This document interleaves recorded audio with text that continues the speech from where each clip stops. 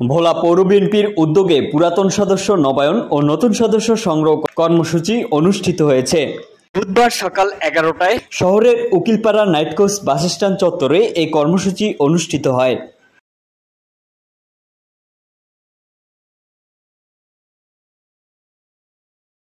অনুষ্ঠানে পৌর বিএনপির সভাপতি মোহাম্মদ আব্দুর রব আকনের সভাপতিত্বে ও কেন্দ্রীয় যুবদলের সাবেক সহসম্পাদক তরিকুল ইসলাম কায়েদের সঞ্চালনায় প্রধান অতিথি হিসেবে উপস্থিত ছিলেন ভোলা জেলা বিএনপির আহ্বায়ক গোলাম নবী আলমগীর।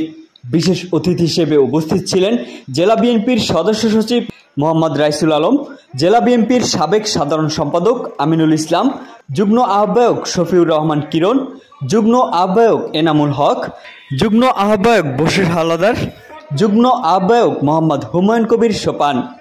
এছাড়াও সেখানে আরও উপস্থিত ছিলেন উপজেলা বিএনপির সদস্য সচিব হেলাল উদ্দিন, জেলা কৃষক দলের সভাপতি আব্দুর রহমান সেন্টু, জেলা স্বেচ্ছাসেবক দলের আহ্বায়ক মিজানুর রহমান মাসুদ, জেলা মহিলা দলের সভাপতি খালেদা খানম, মহিলা দলের সভানেত্রী সাজেদা আক্তার সহ জেলা বিএনপির অন্যান্য সদস্যবৃন্দ।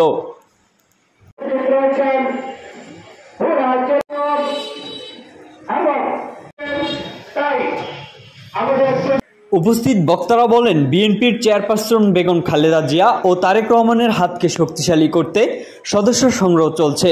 আগামী জাতীয় নির্বাচনে জনগণের ভোটের মাধ্যমে ভোলা 1 আসন থেকে গোলাম নবী আলমগীরকে সংসদ সদস্য নির্বাচন করাই আমাদের প্রধান লক্ষ্য। সংগঠনকে আরও সুগঠিত করে আন্দোলন ও নির্বাচনের জন্য প্রস্তুতি নিচ্ছে বিএনপি।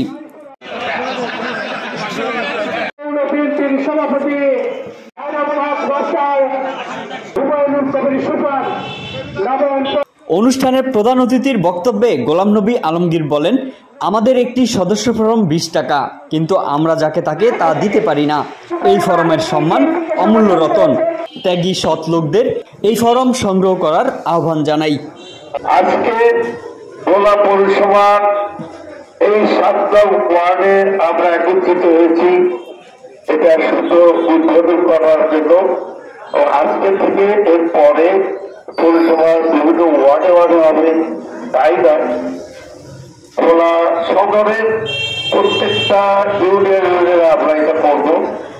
আমাদের ফর্ম রয়েছে এবং এই ফর্মের দাম 20 টাকা। আসলে 20 টাকাটা বড় কথা নয়। 20 টাকা হলেই কি আমরা দাঁড়িয়ে ফর্ম দিয়ে দেব? এটা করতে পারে না। তাহলে আমাদের এই 17 বছর আন্দোলন কোথায় যাবে? দলে যেতে আমরা কি দিতে পারি? অবশ্যই নেই।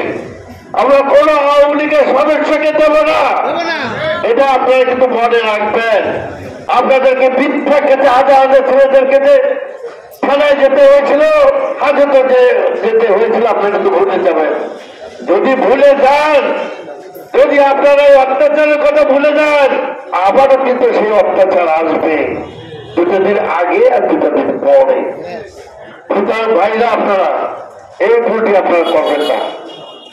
আর আমাদের যারা আছেন তাদেরকে বলছি, আওয়ামী লীগ থেকে কোনো কিছু আপনারা শিখবেন না। আওয়ামী লীগ যা করেছে আমরা সেই কাজ করতে পারি না, এটা করবেন না। আমরা জাতীয়বাদী দলের লোক, আমরা আপনাদের স্টাইলে চলবো, জিয়াউর রহমানের আদর্শের সামনে রেখে চলবো, তারেক রহমানের নির্দেশ পেতে চলবো। আওয়ামী লীগ যে রকম করছে সেই রকম কি আমরা করবো? অবশ্যই না। এই ব্যাপারে আমাদের সাবধানতা অবলম্বন করতে হবে।